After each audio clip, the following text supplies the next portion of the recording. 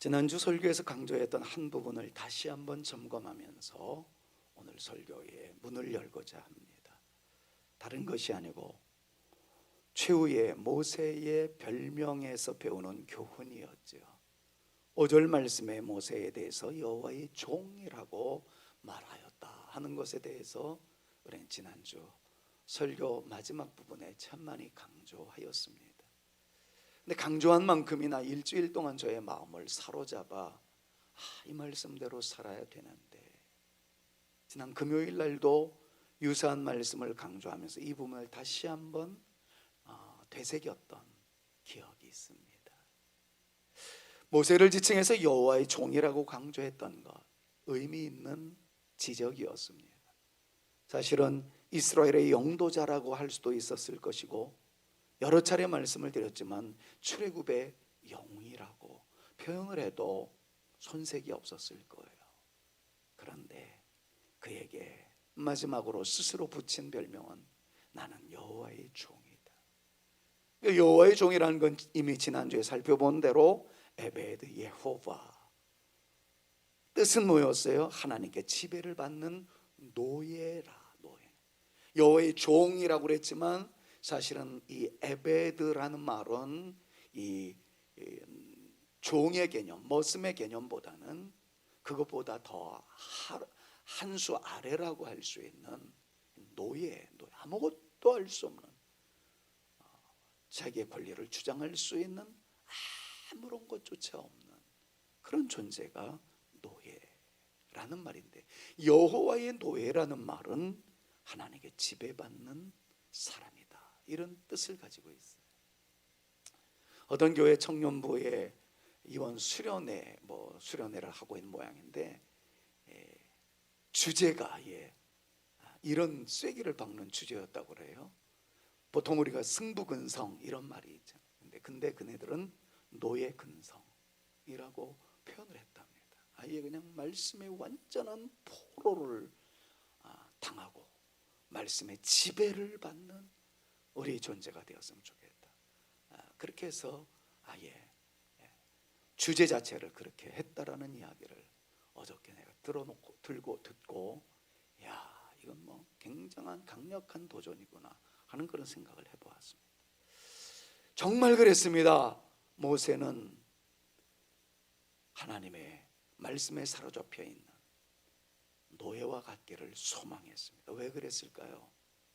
사실 모세가 자기 자신을 살펴보았을 때 그는 노예 같은 존재가 아니었습니다. 왕자이었고 자기 멋대로 할 수 있었던 힘이 있던 존재였습니다.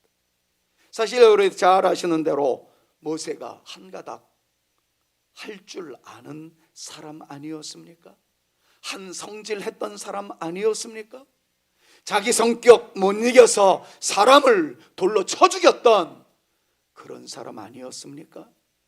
하나님께서 직접 쓰신 십계명을 땅에다 패대기 쳐서 깨뜨려 버렸던 한 성깔 하던 사람 아니었습니까? 이미 지난주에 말씀드린 대로 무리바에서 반석을 가리키라 하신 말씀에 대비 그냥 쳐버림으로 말미암아 영광, 그 놀라운 은혜의 가나안 땅을 밟는 그 역사의 모습까지도 놓쳐버린 사람이 되었었던 것 여러분 잘 아시지 않습니까? 저도 한 성깔 하는 사람이지만 여러분들도 다 한 성질 하시는 분들 아니에요? 다 그렇습니다. 근데 모세는 우리보다 더 했단 말이죠. 제가 아무리 성질이 나도 돌멩이로 사람 쳐 죽인 일은 아직까지는 없습니다. 근데 모세는 그 정도까지 했었던 사람이었다는 거죠. 근데 깨닫습니다. 그렇게 자기 성질로 세상이 변화되지 않고, 자기 성질로 가정이 변화되지 않고, 자기 성질로 분이 풀리는 것조차 허락되지 않는다는 것을 압니다. 이젠 아는 거예요. 그래서 고백합니다. 나는 여호와의 종입니다. 내가 주인 되어서 내가 뭔가를 하려고 할 때마다 다 개판이었고 악화가 되었는데, 늙음막하게 생각해 보니까 내가 살아있어서는 안 되는구나. 나는 말씀의 지배를 받아야 할 존재로구나. 그래서 나는 하나님의 종이기를 원하오며 하나님의 종입니다 라고 말을 하였던 것이에요. 이제 남은 시간 비록 길지 않겠지만 내 생각대로 살지 않겠다는 의미입니다. 죽으라 하시면 죽겠다는 의미예요. 가나안 땅, 꿈에도 그리던 가나안 땅을 지금 내려다보면서도 주님께서 말씀합니다. 네가 보기는 하더라도 밟지는 못할 거야 말씀하시니까, 옛날 같았으면 AC하고 돌팔매질을 하든지 하나님이 이럴 수 있습니까? 원성할 수 있었는데, 원망의 소리를 터뜨릴 수도 있었을 텐데, 그래 봐야 아무것도 일어나지 않는다는 것을 알았던 모세는 예스, 아멘. 자기 생각까지, 자기 소원까지, 자기 비전까지 다 내려놓겠다는 그런 말씀이죠. 대단한 결단이었습니다. 이제 내 마음대로 살지 않고 내 성질대로 살지 않고, 그래서 처음부터 끝까지 하나님 말씀대로 살겠다는 그 결단이 여호와의 종이라는 말 속에 함축되어 있음을 다시 한번 깨닫게 됩니다. 그 연장선상에서 하나님의 종이 할 수 있었던 최고의 고백은 여호와의 말씀대로 그랬죠. 여호와의 말씀, 주의 말씀대로, 주님이 말씀하시면 아멘 하겠습니다. 이것이 비스가 산에서 만나는 모세를 통해서 배우는 중요한 교훈이었습니다.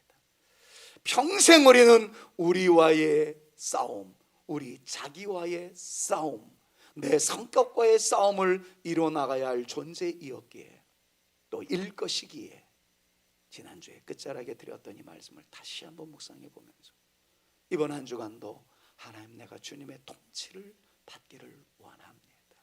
Controlled by Holy Spirit, 성령님에 의해서 지배받는 내 인생 되게 하여 주옵소서. 여러분, 이것이 우리의 고백이 되어질 수 있기를 먼저 주님의 이름으로 축원합니다. 다른 차원의 말씀을 더 묵상해 보고자 합니다. 6절 말씀을 만나보고 싶어요. 6절에는 이렇게 말합니다. 벳볼 맞은편 모압 땅에 있는 골짜기에 장사되었고 오늘까지 그의 묻힌 곳을 아는 자가 없었다라고 말합니다. 벳볼 맞은편 모압 땅에 있는 골짜기라는 말의 의미는 그냥 단순합니다. 벳볼이라는 말은 모압의 신 부올의 그 산당이 있었던 곳, 뭐 더 큰 의미는 없어요. 그러면서 정확한 위치를 알 수 없다는 것이죠. 예를 관악산으로 들지 않았습니까?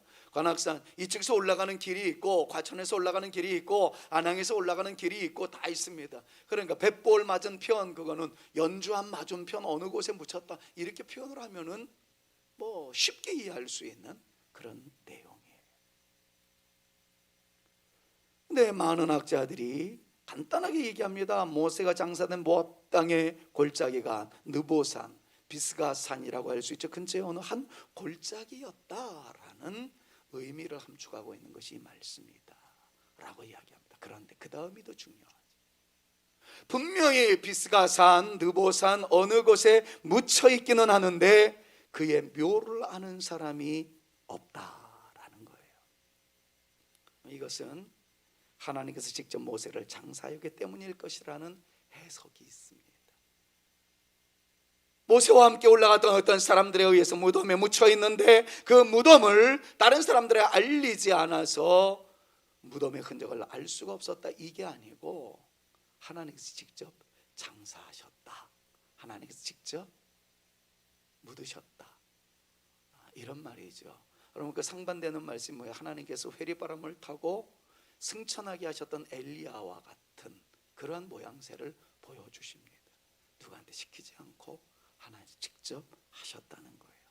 근데 이것이 그냥 단순히 학자들의 이 뭐라 그럴까요? 이 생각의 근거에서 또 환상의 근거에서 나온 얘기가 아니라 성경적 힌트가 있기 때문에 그렇습니다.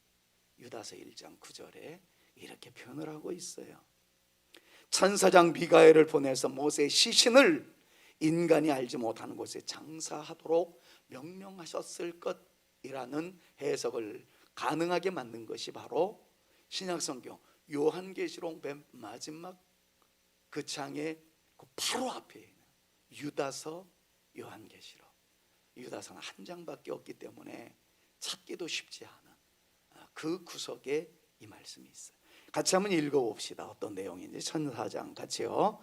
천사장 미가엘이 모세의 시체에 관하여 마귀와 다투어 변론할 때에 감히 비방하는 판결을 내리지 못하고 다만 말하되 주께서 너를 꾸짖으시기를 원하노라. 여러분, 이 얘기를 이해하기 위해서는 조금 유다서로 돌아갈 필요가 있습니다. 유다서가 기록되어질 때의 교회 내에 거짓 교사들에 의해서 얼마나 많은 파문이 일어났는지 모릅니다. 예를 들면 우리 교회에 어떤 거짓 교사들이 들어와서 교회를 뒤흔들어 놓았다는 거예요. 그런 내용이 배경이 됩니다. 자, 그런데 그 여러 가지 거짓 교사들의 가르침 가운데 한 가르침이 모세에 대한 가르침에 대해서 그렇게 얘기를 했다는 거죠. 고대 문서에 의하면 모세의 승천이라는 책이 있습니다. 그 내용을 유다서의 그 기록의 대상자들한테 막 이상하게 가르쳤다는 거예요. 내용이 이제 이렇습니다. 사탄과 천사장 미가엘이 싸웠다는 거예요. 사탄이 뭘 주장하냐면, 야, 모세가 사람 죽이지 않았느냐, 모세가 못된 짓 많이 하지 않았느냐. 그러니까 가나안 땅에도 들어가지 못했던 모세는 지옥 갈 놈이다. 그래서 사탄이 모세를 자기 사람이라고 권리 주장을 했다는 거예요. 이런 식으로 이제 거짓 교사들이 유다서의 수신자들한테 이상한 얘기를 막 뿌리기 시작한 겁니다. 이미 이 부분에 대해서 지난주에 말씀드렸잖아요. 그렇죠? 가나안 땅에만 들어가지 못한 것은 모세의 육체지 이미 영혼은 주의 나라에 안겼다라는 거. 변화산을 통해서, 변화산에 주님과 함께 나왔던 모세와 엘리야를 환상을 통해서 이미 모세가 어디에 있는지는 이 성경에서 밝히고 있는 바인데, 이 거짓 교사들이 막 그러는 거예요. 모세는 살인자다, 성격 더러운 놈이다, 아주 나쁜 놈이다. 그러니까 사탄이 권리 주장을 해서 지옥에 갈 놈이었다 라고 자꾸 이상하게 가르치는 사람들이 있었다는 거예요. 그러자 미가엘과 사탄과의 싸움이 방금 전에 말씀드렸던 모세의 승천이라는 책에 나와 있는데, 그때 뭐라고 이야기합니까? 웃기는 소리 착착해라. 하나님의 놀라운 역사가 나로 말미암아, 미가엘이 말하는 거예요. 나로 말미암아 하나님의 사람으로 지속되게 하셨다. 이러면서 종지부를 찍는 것이 바로 오늘 유다서 1장 9절의 말씀의 배경입니다. 여러분, 이 말씀을 통해서 잠정적인 결론 하나를 우리가 좀 알아야 될 것 같아요. 교회 내에 말 잘하는 사람들이 있습니다. 말 많이 하는 사람들이 있습니다. 말싸움 잘하는 분들이 있습니다. 말로는 그분을 당해낼 재간이 없어요. 근데 이 말씀을 통해서 좀 하나 배워야 될 것은, 말싸움이 이겼다고 좋아하지 마십시오. 옳음을 좋아해야 된다 하는 것을 틀리지 마셔야 돼요. 그러면 일은 많이 하시되 입은 닫으시는 것이, 가정에서도 역시 마찬가지고요, 교회에서도 마찬가지인 것 같아요. 저도 요즘 좀 늙어가다 보니까 설교 시간에 안 해도 될 말, 지금 이런 게 안 해도 될 말이에요. 원고에도 없는. 자꾸 늙어가다 보니까 이게 말이 많아지는 것 같습니다. 집에서도 그렇고. 그러다 보니까 아내 역시 또 자기 나름대로의 얘기가 하고 싶은 게 있겠죠. 말이 많으면 트러블이 생기더라고요.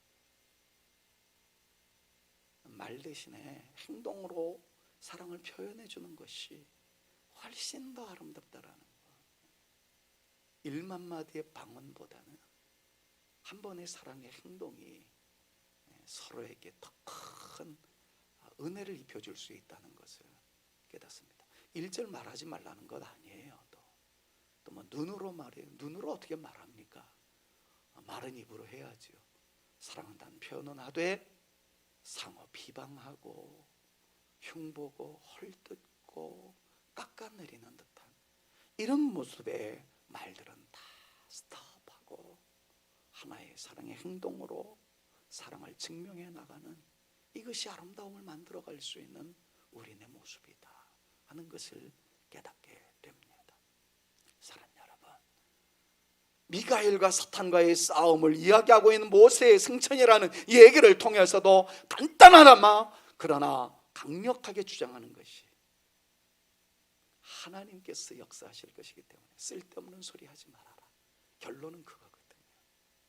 하나님의 심판이 있어요.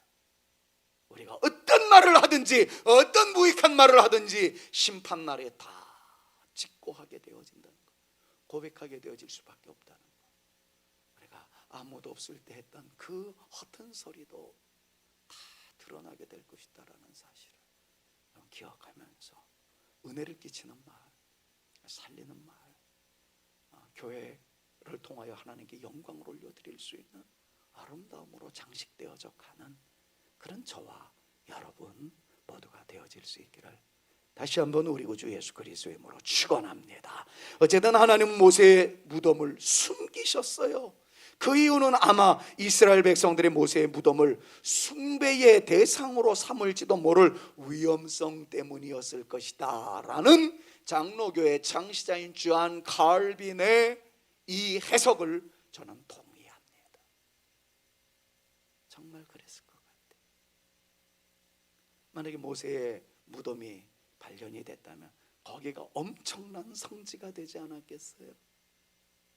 그리고 거기에서 하나님을 찬양하며 영광 올려드리기보다는 모세를 숭배하는 현상들이 일어나지 않았겠어요? 우리도 분명히 해야 합니다. 모세를 존경하지만 숭배의 대상은 아니라는 것을요. 우리는 모세를 정말 멋있는 존재라고 추앙까지는 할 수 있을지 몰라도 그분이 하나님의 자리를 대신할 수 있는 우리의 경배의 대상은 아니에요.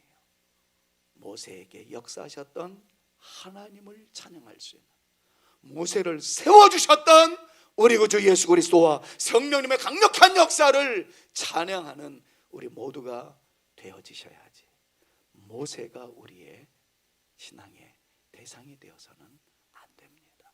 저는 누군가의 간증을 여러분들이 많이 들어도 좋아요.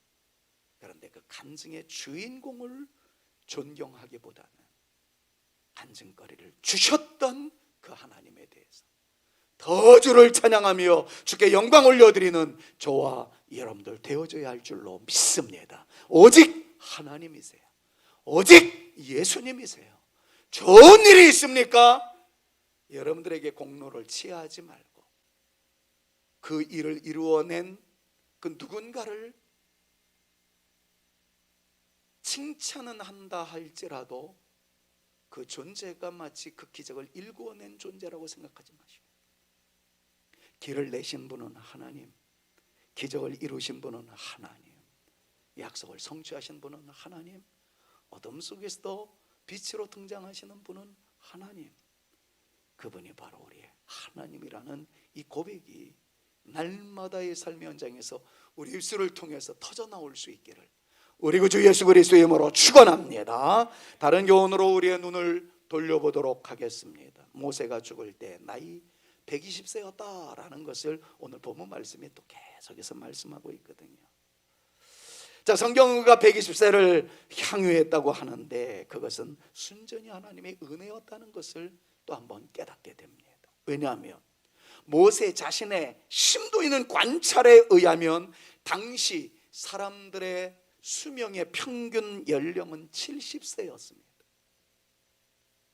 그런데 좀 강건한 사람이 있다면 80세였다라고 모세가 직접 자기가 글을 써요. 난중 일기가 있는 것처럼 모세의 일기가 발견되어 그 모세의 일기가 모세의 시편이 시편에 다 기록되어 있습니다. 그것이 시편 90편이에요. 10절 말씀을 보니까 모세가 이런 고백을 합니다. 우리의 연수가, 같이 한번 읽습니다. 우리의 연수가 70이요 강건하면 80이라도 우리의 연수의 자랑은 수가 슬픔뿐이요 신속해가니 우리가 날아가나이다. 이것이 모세의 시 가운데 포함되어 있는 모세의 관찰이었습니다. 사람들의 수명을 보니까 70이었다는 거예요. 장수하는 사람이 있다고 해서 살펴보았더니 80이었다는 겁니다. 이게 모세의 관찰이었어요. 그런데 모세는 120년을 살았어요. 자, 40년 동안은 물론 태어났을 때 한 1, 2년 정도는 엄마의 품에서 살았지만 그 이후로는 모세스, 그러니까 물에서 건져내음을 받은 자가 되었다. 그 다음부터는 어떻게 합니까? Prince of Egypt, 이집트의 왕자가 돼요. 40년을 삽니다. 그리고 광야로 내몰려서 이리저리 광야 학교에서 훈련받은 연수가 80입니다. 모세의 관찰로 봤을 때에는 80이 강건한 사람들의 마지막 수명이었다는 것을 느꼈습니다. 그런데 그 후로 40년을 모세는 더 삽니다. 여기서 이렇게 표현을 하고 싶은 마음의 욕구가 제가 생겨났어요.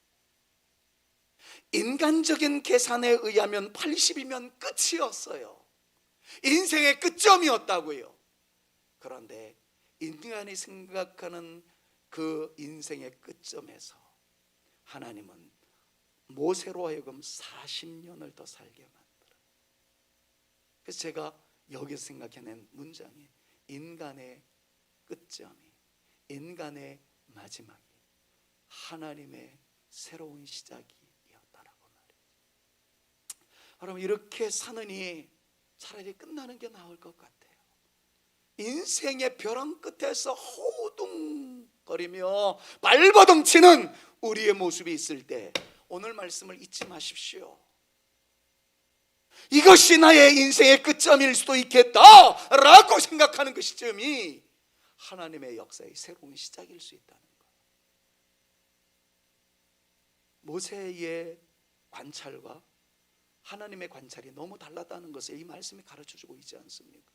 모세의 관찰과 연구, 지금처럼 얘기하자면 논문을 쓸 정도로 인간의 수명에 대해서 그는 학자였기 때문에, 엄청난 지식의 보유자였기 때문에 그의 예리한 통찰을 가지고 살펴보았더니 인간은 80이면 끝난다, 이것이 모세의 생각이었는데 그 끝점에서 하나님께서는 새로운 역사를 이루어 나가셨단 말이에요. 사랑하는 여러분, 전 여러분들이 장수할 수 있기를, 오래 살 수 있기를 바랍니다. 별로 아멘을 안 하는데, 아유 목사님 저 일찍 죽고 싶어요.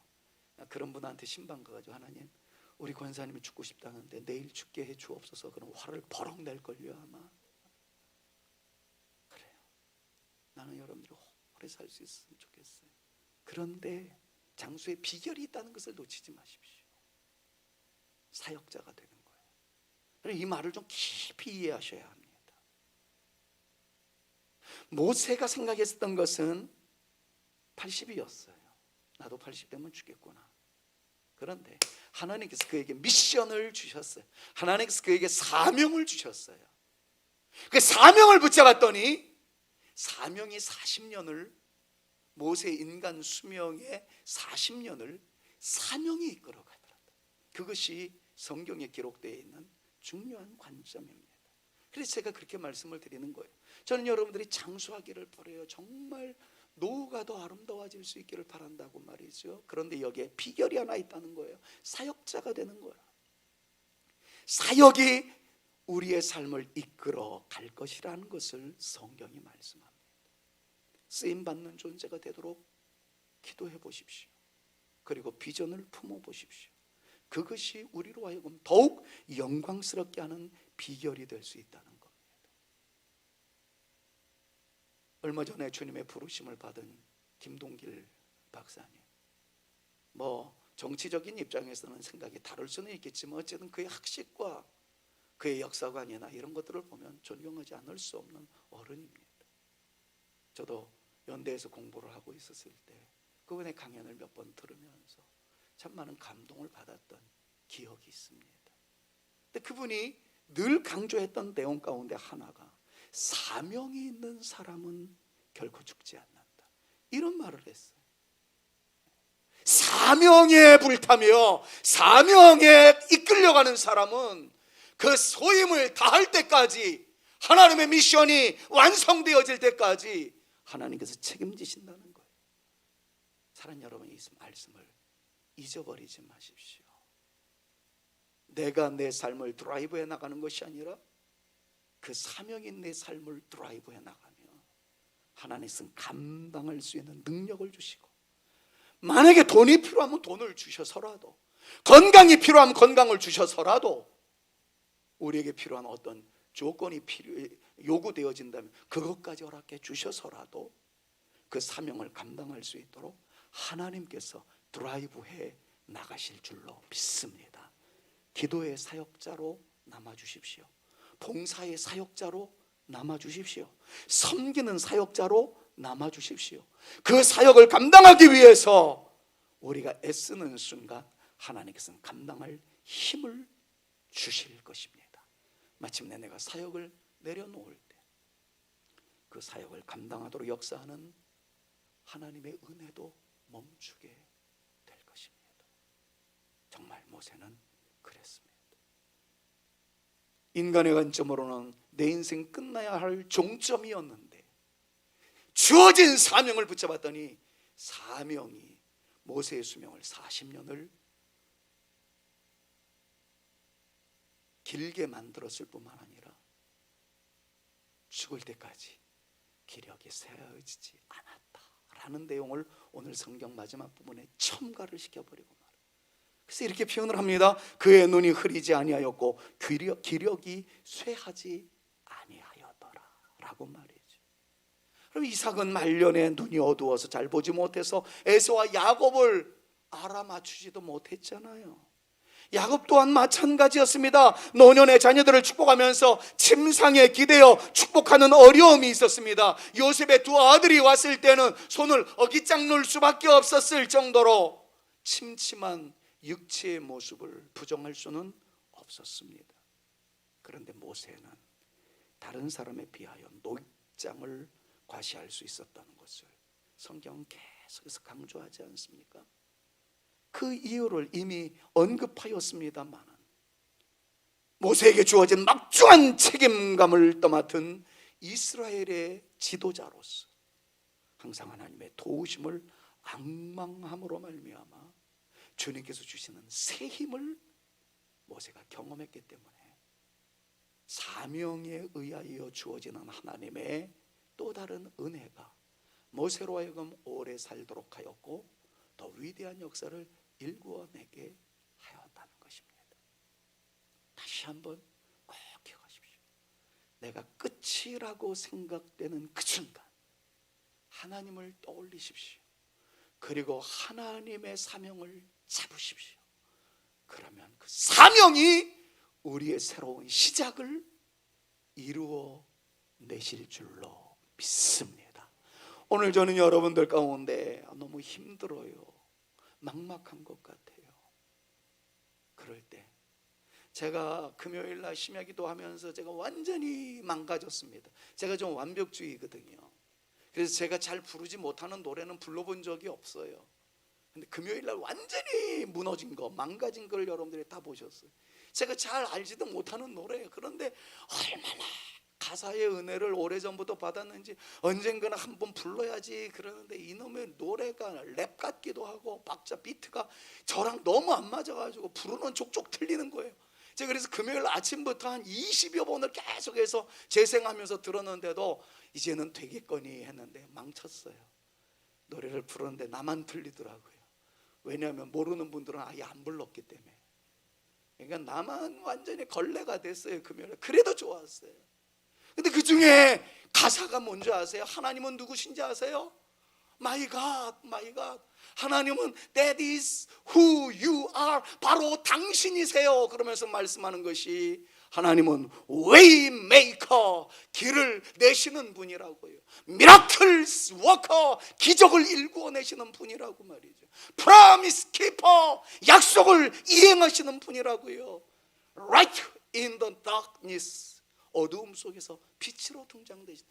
여러분 가사만 생각해도 가슴이 뜨거워지는 것 아니겠습니까? 저는 그것을 같이 부르면서 우리 다음 세대들이 그러한 복을 받기를, 여러분들이 그러한 복을 받기를 다시 한번 강조합니다. 나의 모든 계획은 여기서 끝났어요 이렇게 생각되어질 무렵 아니다.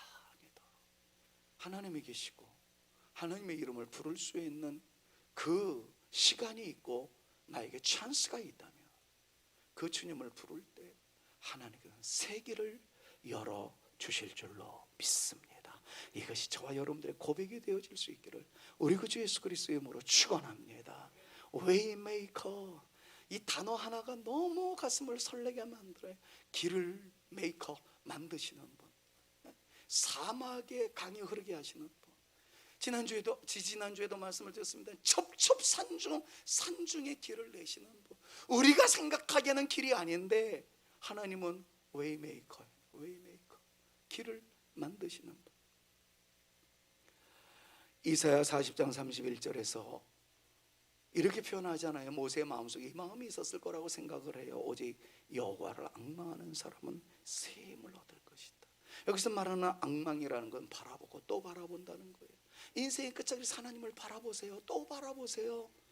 새 힘을 주실 줄로 믿습니다. 시편 92편 12절부터 14절까지의 말씀을 참고해 보니까 여러 말씀 중에서 이 오늘의 이 표현과 유사한 내용이 있잖아요. 이는 여호와의 집에 심겨졌는데 그것 때문에 어떻게 돼요? 늙어도 여전히 결실하며 진액이 풍족하고 빛이 청청하니 라고 말씀합니다. 여기서 말하는 늙음이라는 것은 인간의 시점으로 봤을 땐 끝이라는 얘기 아니겠어요? 그런데도 하나님은 끝이라고 생각되는 그 시간에 열매를 맺게 하신다는 거예요. 잎이 청청하다는 거예요. 빛이 청청하다는 거예요. 그 은혜가 저에게, 여러분들 모두에게 나타날 수 있기를 우리 구주 예수 그리스도의 이름으로 축원합니다. 이제 모세의 마지막 사역을 결론으로 삼으며 말씀을 닫고자 합니다. 모세의 마지막 사역은 사람 세우는 것이었습니다. 집 짓는 것도 아니었고 돈 모아서 펀딩을 하는 것도 아니었고 모세의 마지막 사역은 사람 세우는 일이었습니다. 9절 말씀 같이 한번 읽어봅니다. 모세가 같이요, 시작. 모세가 눈의 아들 여호수아에게 안수하였으므로 그에게 지혜의 영이 충만하니 이스라엘 자손이 여호와께서 명령하신 대로 여호수아의 말을 순종하였더라. 모세는 자기의 죽음을 고지하고 난 다음에 그의 후계자를 세워줄 것을 하나님께 간절히 간구한 결과 여호수아를 세울 것을 하나님께로부터 응답을 받았어요. 그때 그는 하나님의 명령을 따라 여호수아에게 안수하여 자기의 공식적인 후계자로 삼았다는 것이 이 마지막 장 34장 9절에 나와 있는 말씀입니다. 모세의 안수 예식은 이스라엘에 대하여 지금까지 모세가 가지고 있었던 모든 지도자적 권한을 후임 지도자인 여호수아에게 물려준다는 공식적 의미를 가지고 있는 것이고, 그리고 이제 여호수아의 등장은 신명기에서 여호수아 성경으로 이어져 가는 자연스러운 연결고리가 되었고, 모세가 가나안 땅을 정복하기 위하여 출애굽의 역사를 이루었다면 이제는 새로운 가나안 땅을 정복하기 위한 시작을 고하게 되는, 그런데 성경은 참 희한한 거 있다고 그랬죠. 시작도 안 했는데 벌써 취하게 된다는 것. 하나님 나라의 영광스러운 축복의 선취, 늘 강조했던 거예요. 그것을 자연스럽게 이어지고 있는 아름다운 예식이었던 것을 보게 됩니다. 각설하고 모든 걸 다 내려놓고, 나는 우리 교회의 사명 가운데 하나가 사람을 세우는 교회가 되어졌으면 좋겠다 생각을 하였습니다. 왜냐하면 우리 교회의 영구 목표, 여러분들 늘 좀 새겼으면 좋겠어요. 우리 교회의 영구 목표가 Be and Build Up입니다. 은유를 마치기 위해서 제가 만든 용어이지만 B라는 단어가 앞에 나오도록 만들기 위해서 시적어고로 했기 때문에 이것이 영문법으로 맞느냐 안 맞느냐 이런 건 다 따지지 말고, 요즘 표현은 그렇게 영문법으로 맞추지 않아요. 근데 be 그냥 되라라는 거예요. 되라. become을 할까 그러다가 아니야, 우리는 존재 가치가 중요한 존재니까 그냥 be라고 하자. 그래서 be, 되라. be a Christian, 그러면 크리스찬이 되라 이런 뜻이거든요. be and build up, 내가 먼저 되고, 그리고 되게 하라는 거예요. 세우라는 거예요. 이게 우리 교회 연구 목표입니다. 이제 후임 목사님이 나중에 오시면 또 달라질는지는 모르지만 나는 이것만큼만은 달라지지 않았으면 좋겠어. 매해 모든 표현은 달라진다 할지라도 우리 교회가 내가 먼저 기도자가 되고, 내가 먼저 사역자가 되고, 내가 먼저 교사가 되고, 내가 먼저 진정한 크리스찬이 되어지고, 그리고 다음 세대도로 하여금 기도하는 사람이 되게 하고, 예배하는 사람이 되게 하고, 하나님의 사람이 되게 하여서 좀 하나님의 사람으로 좀 온전히 세워지는 하나님의 사람으로 좀 만들어갈 수 있는 그런 우리 교회가 되어질 수 있기를 간절히 소망합니다. 모세의 뒤를 이어서 여호수아가 등장했던 것처럼 언젠간 우리가 이 세상을 떠나게 될 때 나는 사라져도 나의 그 열매가 그 다음을 계속해 나갈 수 있다. 여러분들 주보에 보시면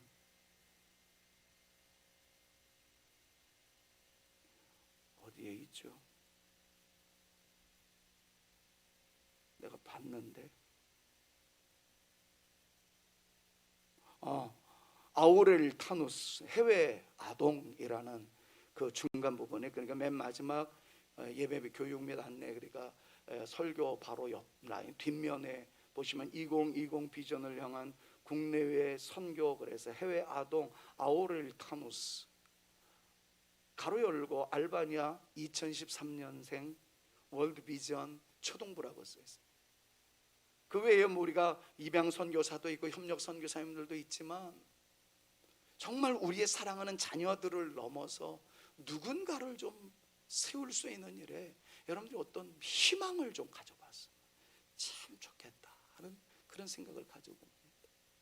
아유, 저 먹기도 어려워요. 예, 지금은 비전만 가지세요. 그런데 주님의 은혜로 조금 여유로움이 생겼다, 그럴 때는 누군가를 선택하는 거예요. 그것이 미얀마의 한 아동일 수도 있을 것이고, 지금 너무나도 힘들어하는 우크라이나의 어떤 엄마 아빠를 잃어버린 전쟁 고아일 수도 있겠고, 아니면 우리나라 특별히 소외된 계층 어느 한 아이가 되어질 수도 있겠고, 요즘 정말 좋은 이름의 단체들이 있더라고요. Save the Children, 아이들을 살리는 어떤 공동체. 제가 거기에 지금 회원으로 있고 이런 얘기를 하려고 하는 게 아니라 이름 자체를 이야기하는 겁니다. 아이를 살리는 어떤, 다음 세대들을 살리는 어떤 일에 우리가 힘을 기울이면, 죄송합니다, 오늘 이것도 어쩌면 한 놈을 세우기 위한 우리 성도님의 고군분투의 흔적일 수도 있겠다는 생각이 듭니다. 단가로는 이게 얼마가 들어가는지 모르겠어요. 근데 이것을 아이들한테 나눠줄 때 아이들이 나 교회를 통해서 사랑받았어, 그래서 그 아이가 가슴이 뛰기 시작하고 교회의 사랑을 느끼기 시작해서 나 하나님 잘 믿어야지, 그런 마음이 생겼다면 그게 바로 사람을 살리는 것, 사람을 세우는 것 아닐까요? 가까운 곳부터 먼 곳까지 좀 우리가 사람을 세우는 일에 쓰임받는 내 인생이 되어 보겠다, 거룩한 야심이 불타오를 때 저는 믿습니다. 그것을 감당할 수 있는 물질과 건강과 생각과 여러분들의 삶의 문이 활짝 열려지는 축복을 주님께서 주실 줄로 믿습니다. 그 은혜를 경험하며 살아가는 저와 여러분들 모두가 되실 수 있기를 우리 주 예수 그리스도의 이름으로 축원합니다. 주님이 우리에게 주시고자 하는 땅이 어떤 것인지 저는 잘 모르겠어요. 그러나 여러분들 나름대로 한번 이렇게 찬양을 해보셨으면 좋겠습니다. 주님이 주신 땅, 주님께서 나에게 주신 미션, 그것을 향해서 한 걸음씩 나아갈 때에 수많은 적들과 견고한 성이 있습니다. 에이, 돈이 없는데 어떻게 하란 말이에요. 여러 가지가 있을 수 있어요. 두려움도 엄습할 수 있습니다. 그러나 주님을 신뢰함으로, 주의 말씀을 의지함으로 나아갈 때 주님께서 우리에게 은혜를 베풀어 주시고 감당할 수 있는 체력을 주시고 능력을 주시고 권세를 주실 줄로 믿습니다. 주여, 나에게 주신 비전을 내가 이루어 나가기를 원하오며, 사람을 세우는 일에 내가 쓰임 받기를 원하오며, 우리 교회가 그런 교회가 되어지기를 원하오니 영광받아 주시옵소서. 여러분, 믿음으로 선포하며 우리가 이 찬양으로 하나님께 영광을 돌리기를 원합니다. 주님이 주신 땅으로 한 걸음씩 나아갈 때에 수많은 적들과 견고한 성이 나를 두렵게 하지만 주님을 신뢰함으로, 주님을 의지함으로, 주님이 주시는 담대함으로 큰 소리 외치며 나아가 이 산지를 내게 주소서. 그날에 주께서 말씀하신 이제 내가 주님의 이름으로 그 땅을 취하. 이 비전을 내게 주소서. 이 비전을 내게 주소서. 그날에 주께서 말씀하신 이제 내가 주님의 비전을 취하리니, 비전을 취하리니.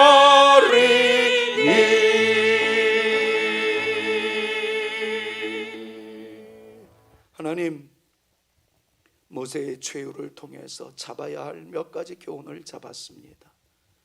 붙잡은 내용들의 말씀이 각기 다를 수 있겠지만 잡은 말씀이 있다면 말씀을 따라 순종해 나가는 우리 모두가 되게 하여 주옵시사. 그것으로 인하여 주의 큰 기쁨, 주의 영광이 되는 우리 모두가 될 수 있도록 주님 친히 역사하여 주시옵소서. 예수 그리스도의 은혜와 하나님의 사랑과 성령님의 교통하심이 비전 붙잡고 사명 붙잡고 살아가며 큰 역사를 이루어 나가는 내 존재 되기를 원하오니 나를 사용하여 주시옵소서. 기도하며 돌아가는 주의 택한 자녀들 머리 위에와 저들의 가정 위에와 우리 성산교회 위에 이제로부터 영원토록 함께 있을지어다. 아멘.